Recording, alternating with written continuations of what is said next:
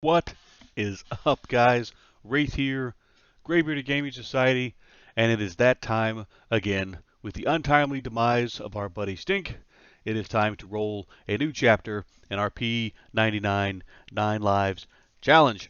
So, for those who aren't familiar with the setup rules of the challenge, it's random race, random class. I will use a random number generator that I just downloaded onto my phone.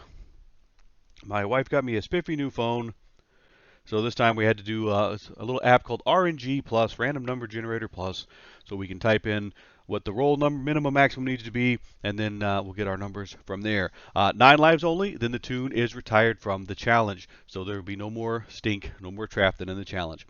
No handing gear down from an old toon to the next toon. So nothing that Stink has gotten, nothing that he amassed, bags, gear, coin, etc., can be handed down. This character needs to start on his own. Now they can buy and sell and trade. They can use the economy. It's not a solo self-found situation, but I cannot twink myself with any other character previous from the challenge or from one of my characters outside the challenge. We can get buffs from others. I mean, this is EverQuest, so try not to get buffs.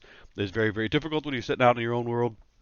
In the past, we've tried to solo as much as possible, but grouping is allowed. A lot of times, the class will kind of dictate that, and level range will dictate, kind of see how we go. So with all of that being said, with the release of the XR since the last time we rolled, I believe we have 13. 1, 2, 3, 4, 5, 6, 7, 8, 9, 10, 11, 12.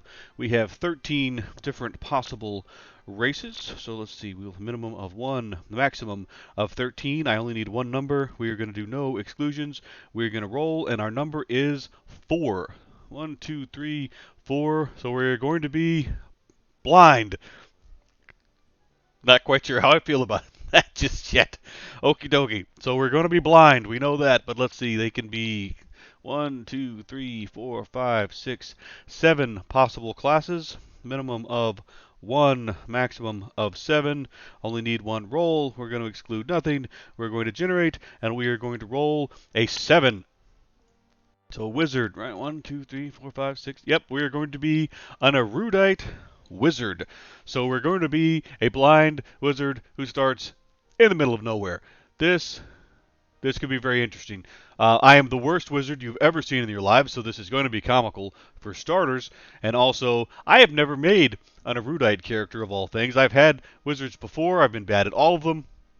But I've never done an erudite because they start in the middle of nowhere. So let's see how we're going to make this guy look here. Let's see, what do we got? We got the dapper look with a little mustache, little goatee action there. Got the nice hair look going on there. A little bit plain, little bald look. Tomahawk there, little eye detail. Back to the bald look. You know, I think we're gonna go. I think we're gonna go with the green eyes and the nice curly hair. I think that's what we'll look like this right about here. Let's see, stat-wise. For stats, we're going to be a wizard, right? So everything's going to be really about intelligence. But man, this guy's strength is awful. Now, obviously, I know that for a man, his strength and his agility. Okay, so if I'm not mistaken, but obviously your best bet is to pump everything into intelligence just so we get a lot of mana. I think we're going to do that. Leave us with 5 points. So the lack of strength is going to hurt us because we're not going to be able to carry much. But I think one of the other problems, if I'm not mistaken, I think if you're under 75 agility in Classic, I think we'll have the armor class penalty. I think. So this might be a bad idea, but I think we're going to put it in agility, right? I think to get us to 75 agility to make sure that we don't have the armor class penalty. I tell you what, we've got the other screen up here, P99 armor class penalty. Let's see what this says. Agility, blah blah blah blah. Let's see. Agility influences the ability for an enemy to hit you above 75. The AC provided for each agility point is slight. Below 75 causes a large AC hit. So there we go. So yeah, I think that's going to be actually quite a big deal. So if you're below 75 agility, you take the agility hit. So we're going to go with agility as much as I want to go into strength here. just to be able to carry more stuff. We're going to go really high intelligence. We're going to go pretty decent agility. Let's see. We can be agnostic, ocean with tranquil. So let's roll for this. So 1 through 4. And let's see. Minimum of 1, maximum of 4.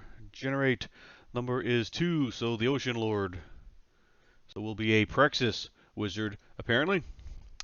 And we only have one place to start, so we will start in Aruden. Let's see. What's a decent name for an erudite wizard who's going to be... Well, let's see what do they give us. Not sure about that one. An erudite wizard, Ezuden. You know what? Let's see if it hits. What survey says? There we go. So we are we are off to the races. Chapter 3 of the everything's okay. There we go. So I'm just zoomed way in here. All right, welcome to the city of Ruden, someplace that we've never. Hey, look, somebody's dead already, and it's not us for change. Okie dokie.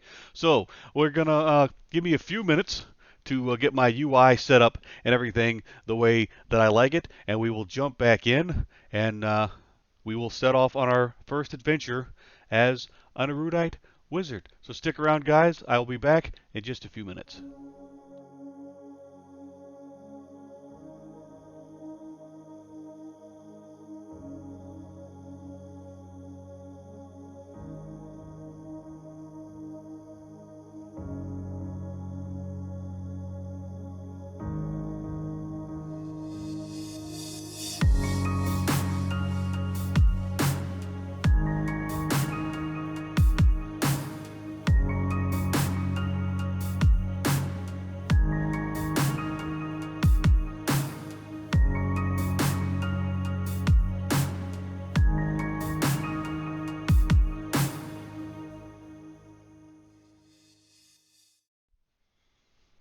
All right. Well, that took a lot longer than I was hoping for. I have never been in Eruden.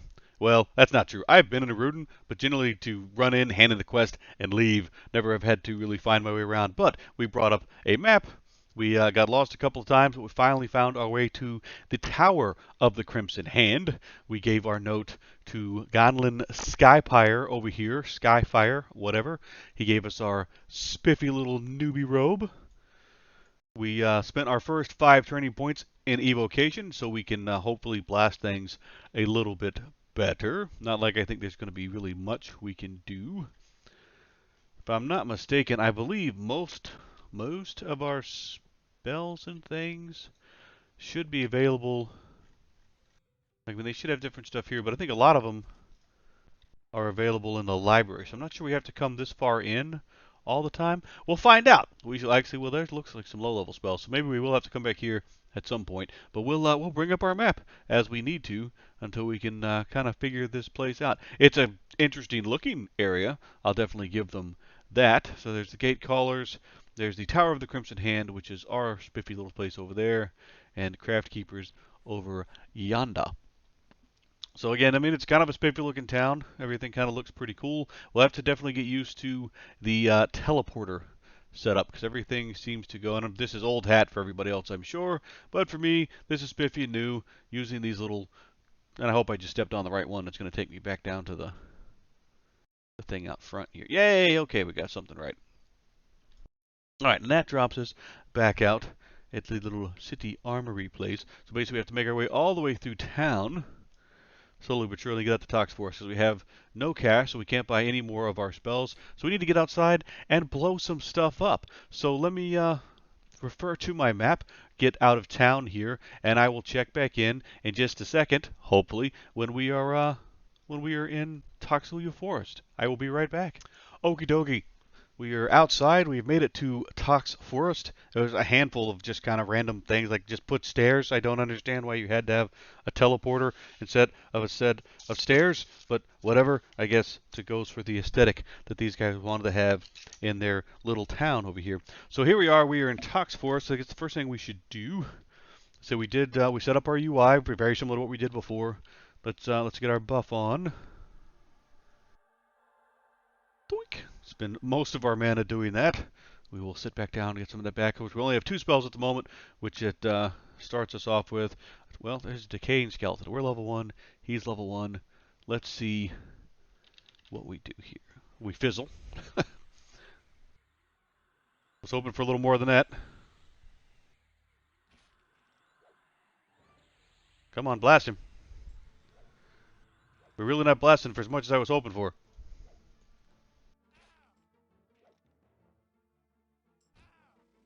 An epic battle right out of the gate. We're already out of mana. Oh god, I'm the worst wizard ever. Because I mean, we're level 1. We're not gonna find anything lower than this guy. Come on, get. Give me the blam. Give me the blam.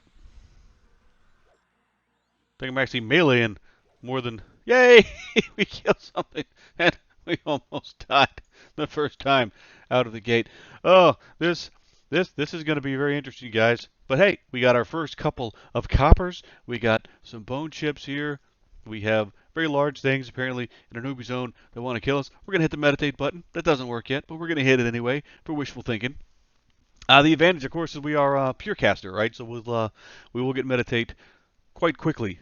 Quite quickly. I believe meditate's at level 4, I think, for the pure casting guys. So let's see here. Let's take over. I put everything over here in my combat window. So we're piercing for about 1, piercing for 5, pierce for 1. A lot of interrupted. Do do do.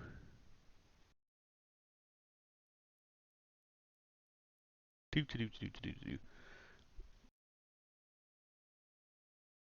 So I thought I had everything set up where it should have been putting all my spells in here.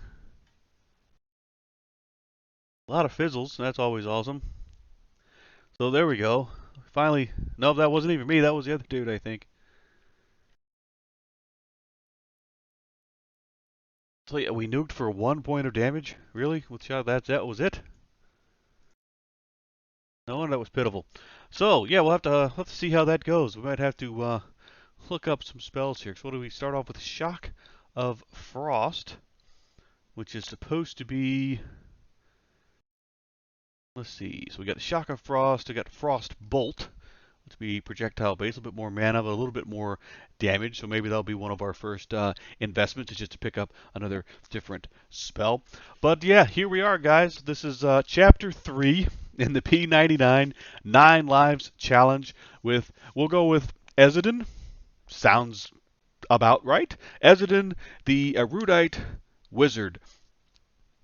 He is in very deep trouble because we're going to be blind as erudite, and I am an awful wizard. So I'm not holding my breath too far on this challenge going the distance. But hey, that's part of the fun, and we will stick with it as we always do. We are going to run around in the newbie zone, see what we can do about getting some of just the first level stuff done, getting our footing under us here, see if we can get just a little bit of cash off of some of these skeletons, perhaps. I tend to like to do the skeletons at the early levels simply because they drop cash, and of course, anytime we can get our hands on a cracked staff would be absolutely amazing, since they're worth almost a plat apiece, and that'll get us some spells and potentially some backpacks. But I will film everything kind of random as we do, but I think for this episode we're going to punch out with that. I'm not going to have everybody watching me run around in the newbie zone. Hopefully we pick up a level or 2. We will check back in next time with an update, see how we do. Hopefully we have a new spell or 2, or maybe it's maybe cracked staff that we're cudgeling something with. We shall see how it goes. As always, guys, if you like what we're doing here on the channel, please don't forget to like, comment, maybe subscribe down below. We do love to hear from people in the comments. If you want to reach out, do it. If you want to reach out to us in game, I'm fine with that as well. But stay safe, stay distant, stay in EverQuest, guys, and we'll see you next time. Night, guys.